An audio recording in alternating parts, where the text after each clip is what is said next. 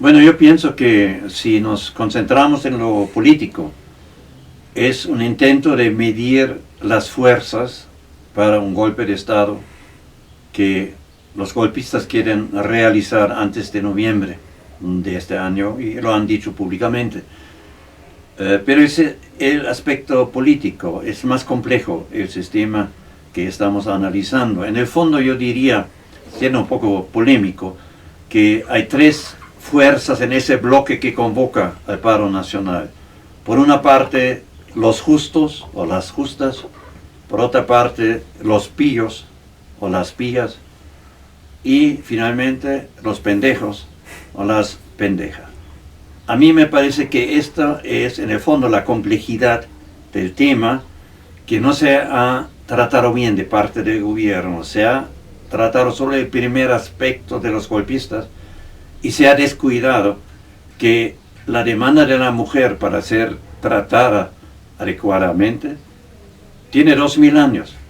Está documentado en la historia, en la ciencia, en la filosofía.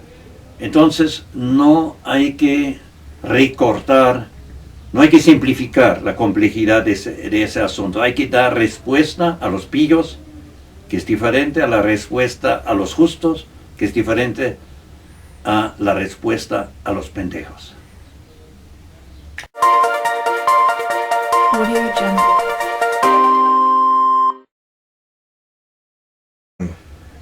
Es que ya es un poco tarde para hacerlo, hay que hacerlo, es totalmente correcto lo que tú dices, pero es un poco tarde porque el equipo de comunicación del gobierno es simplemente desastroso, para ser franco, hablando desde un punto de vista científico, porque se trata de neutralizar una destrucción ideológica, un control de la mente política de la población con métodos artesanales del siglo pasado.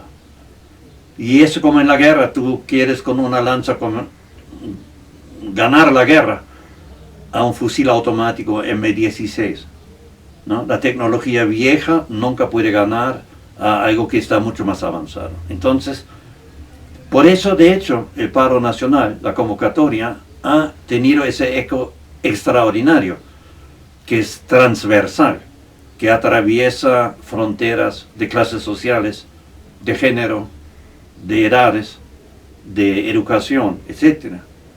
Y la explicación es que nunca se ha tratado el tema adecuadamente, ni en la realidad con medidas oportunas que necesitamos para ayudar a las mujeres, ni en la propaganda. En cuanto a las medidas oportunas, allá está esa escandalosa situación que en el Congreso de la Ciudad de México hay entre 27 y 50 iniciativas legislativas de promover la situación de la mujer que no se han tratado. ¿Por qué no?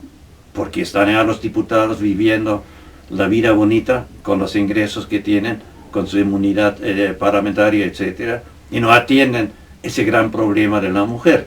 Entonces, yo pienso que ese es el grave problema, que ya las cabezas están ocupadas en gran parte por una propaganda demagógica, ¿no? De gente de la derecha que están vinculados a Calderón, obviamente, y a las brujas del mar, que sí quieren sacar al gobierno de Palacio Nacional y que han arrastrado por falta de actuación adecuada y rápida y contundente en el nivel de conocimiento de parte del gobierno. Entonces yo creo que esto ha sido el grave problema, una gran lentitud y torpeza en la reacción del gobierno frente a un problema real que ahora los golpistas aprovechan para movilizar la calle. Conquistaron primero la comunicación que está, sobre todo la digital, que está en manos de la derecha, y ahora cuando tú controlas las cabezas, tú puedes dar el paso clave para asaltar el poder, que es controlar la calle. Entonces, el 9 de marzo es indudablemente la primera medición de fuerza de la derecha para hacer lo que hicieron en Bolivia. Desestabilizar el gobierno vía la calle. Esa es la función política esencial de los que convocaron desde el inicio a esto. Bueno, yo pienso que la curva de apoyo al gobierno está en un punto crítico, porque como tú decías, la popularidad del presidente ha bajado del 70, 50, 55% y está vinculado a los feminicidios y la falta de reacción adecuada a esto. Yo pienso que va a haber violencia mañana y el lunes, y esto es inevitable. Hay que ver la política del gobierno. Yo pienso que esa consigna de amor y paz es una consigna que funcionó en el primer año de la cuarta transformación. Me parece que hoy es obsoleta, porque lo que ha sucedido es que como la derecha ha logrado configurar las cabezas ya con la idea de que el gobierno no entrega resultados, que no funciona, que se prometió crecimiento económico y no se creció, se prometió acabar con la inseguridad, no se ha acabado. Como ya las cabezas de mucha gente que solo ven televisión y la televisión no está con el gobierno y los canales públicos no sirven para nada, nadie ve la UNAM ni el Poli ni el 22, son como barbituratos para dormirse. Entonces, como ya han programado las cabezas, entonces es muy difícil ahora recuperar esas cabezas, ¿no? Porque es como en la religión, una vez que te programa la cabeza con ese oscurantismo, con esas semiverdades y gente que cree que hay culebras que hablan y por eso vivimos en la miseria, y claro que Eva tuvo la culpa porque mordió la manzana, o dijo muerde las manzanas, entonces las mujeres tienen la culpa, como dicen esos clerical fascistas como ese cardenal de Guadalajara, ¿no? Que habla de bondades del cristianismo frente a las mujeres, que es ridículo, ¿no? Cuando ellos quemaron a las mujeres como brujas, ¿no?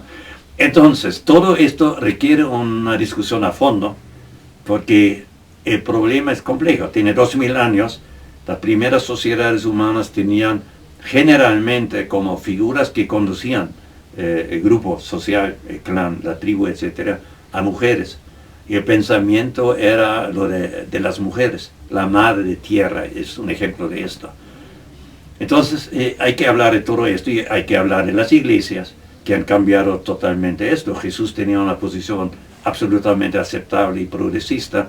El Vaticano lo convirtió realmente en una burocracia misógina, hipócrita, pederasta, etc.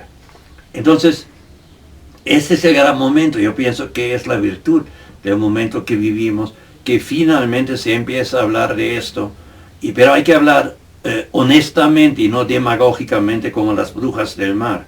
¿Por qué no hablan de la mujer, de la violencia de las mujeres contra las mujeres, de las madres contra las hijas?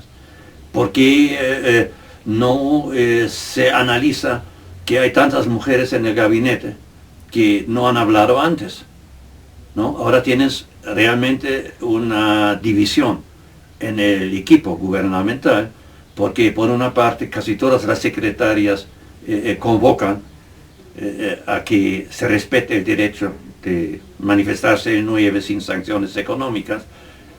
El presidente obviamente tiene otra posición.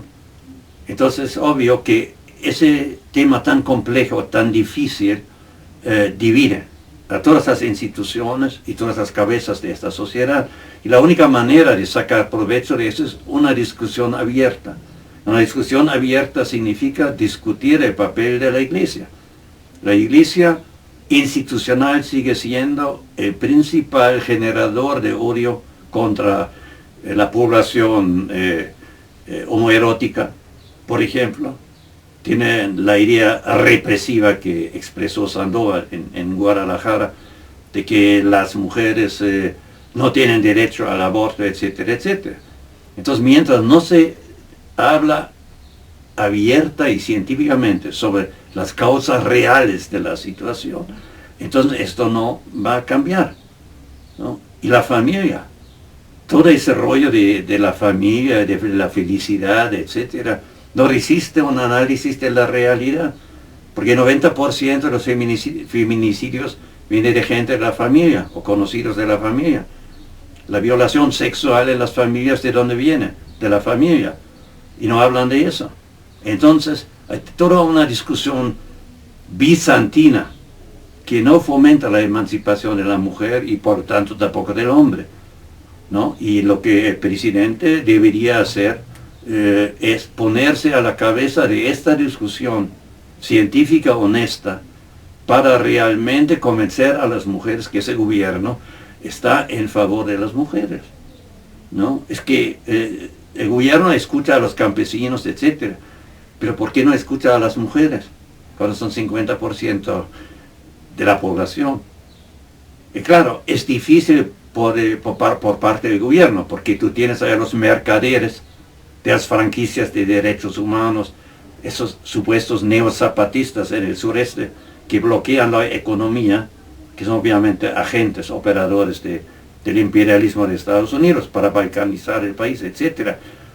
Entonces el gobierno tiene una situación difícil en discriminar quienes realmente tienen una agenda honesta y progresista y que merecen entonces alianza, discusión, etc.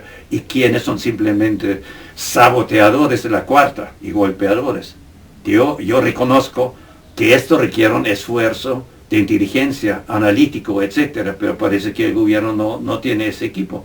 Si no, no hubiera cometido esos errores que vimos en ese tema tan difícil y tan vital para el futuro.